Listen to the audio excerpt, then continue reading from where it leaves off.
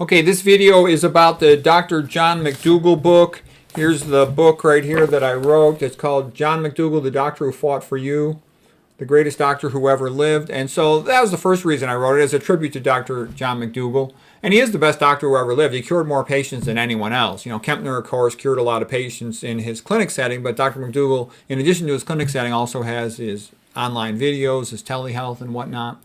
Also, I wanted to organize his work so that people would know what he had done and what he had taught and how to find it fast. Because when you search for it on the internet, it can take a while to figure out how to search for it quickly. Okay, and then the other thing is, you know, some internal medicine and other doctors have asked me about it.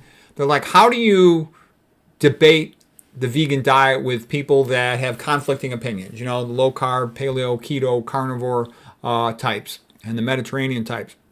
And so when I wrote the book, I specifically set it up to put lots of references in here. So every chapter you'll see there's a lot of references to things that he wrote, or, you know, his newsletters, for example, or his videos. So real quickly, you go into, let's say, coronary artery disease, diabetes, whatever the topic, you can find those references fast. So I call that vegan apologetics.